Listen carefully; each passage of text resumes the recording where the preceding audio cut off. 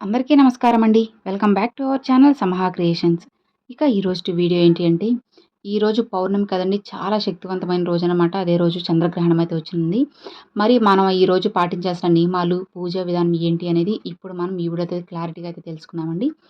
ఈ వీడియోని ఎక్కడ స్కిప్ చేయకుండా చూడండి ఫ్రెండ్స్. మీకు నీట్‌గా అర్థమవుతుందన్నమాట.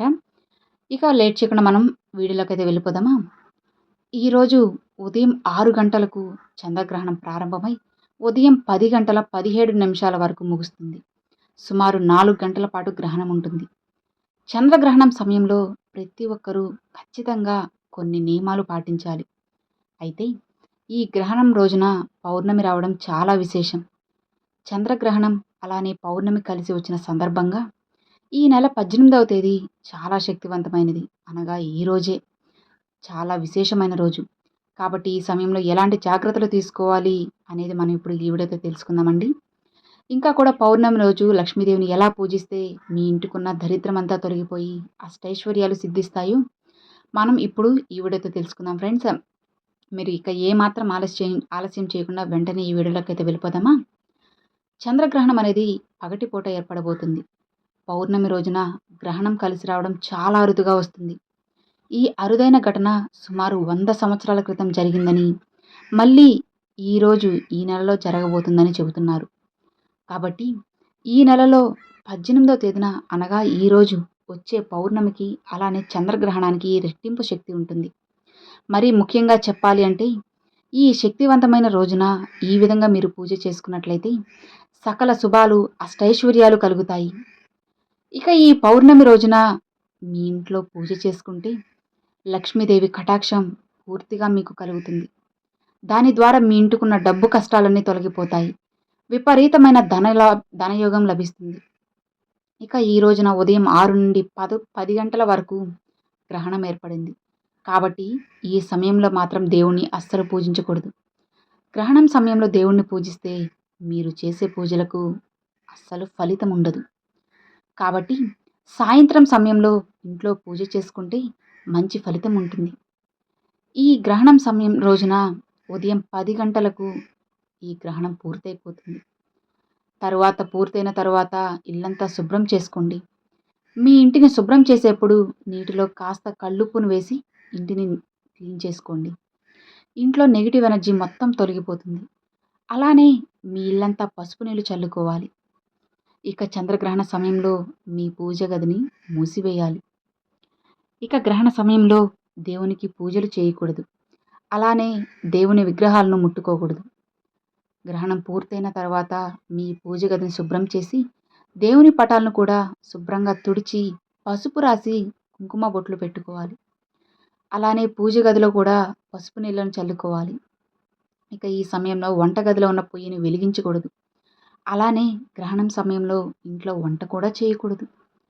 ముఖ్యంగా చెప్పాలి అంటే చంద్రగ్రహణం సమయంలో అసలు ఎలాంటి ఆహారాన్ని కూడా ముట్టుకోకూడదు. ఎందుకంటే ఈ సమయంలో ఆహారం తింటే అనారోగ్య సమస్యలు ఏర్పడతాయని నమ్మకం. ఇక గ్రహణం పట్టడానికి ముందే ఆహారం తినేయండి. అలానే ఈ రోజున వండిన ఆహారం పైన తులసి ఆకును కానీ గరికను కానీ వేయాలి. అలానే గ్రహణం రోజున తలకి నూనె రాసుకోకూడదు. ఈ సమయంలో ఎట్టి పరిస్థితుల్లోనూ నిద్రపోకూడదు. అలానే తులసి మొక్కను తాకకూడదు కూడా. ఇంకా గ్రహణ సమయంలో కత్తి, సూది వంటి పదునైన వస్తువులను ఉపయోగించకూడదు. గ్రహణం సమయంలో గర్భిణీ స్త్రీలు బయటకు రాకూడదు. ఇక చంద్రగ్రహణం సమయంలో బట్టలు ఉతకకూడదు. అలానే గోళ్ళు కత్తిరించడం, వెంట్రుకలు కత్తిరించడం ఇలాంటివి అస్సలు చేయకూడదు. ఇక మన శాస్త్రంలో పౌర్ణమి అంటేనే లక్ష్మీదేవికి అంకితం చేయబడింది.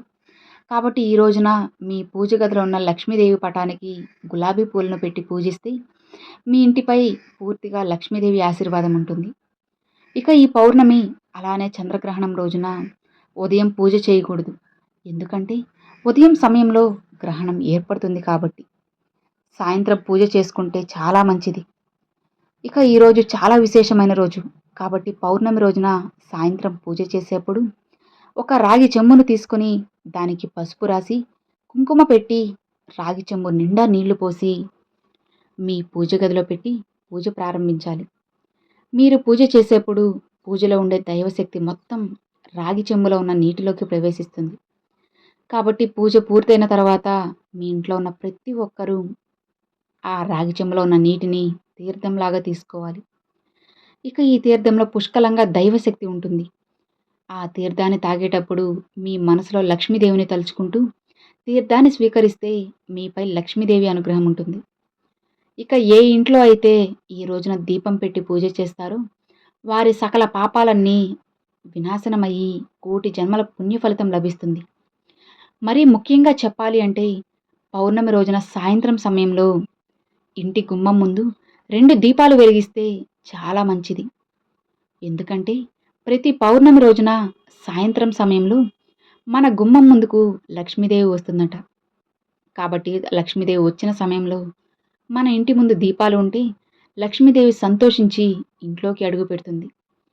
మనలో చాలామంది ఎక్కువ డబ్బు సంపాదించాలని, అలానే ధనవంతులు అవ్వాలని కోరుకుంటారు.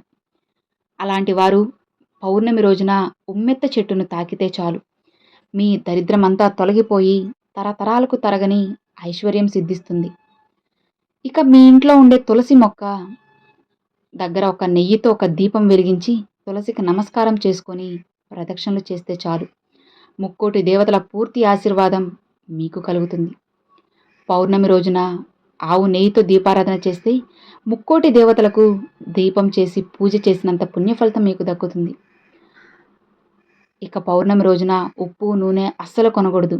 ఇవి కొంటే దురదృష్టం వెంటాడుతుంది. ఇక గ్రహణం సమయంలో కొన్ని శక్తివంతమైన మంత్రాలను జపిస్తే మీ జీవితంలో ఉన్న కష్టాలన్నీ తొలగిపోతాయి. మరి అవి ఏంటో చూద్దామా? ఆ మంత్రం ఏంటి అంటే ఓం శ్రీం హ్రీం క్లీం ఔం స్వాహ అన్న మంత్రాన్ని జపిస్తే డబ్బు సమస్యలన్నీ తొలగిపోతాయి. ఇక ఓం నమో నారాయణాయ అన్న మంత్రాన్ని జపిస్తే 108 సార్లు చెప్పుకుంటే జాతకంలో ఉన్న దోషాలన్నీ తొలగిపోయి అదృష్టం కలిసి వస్తుంది.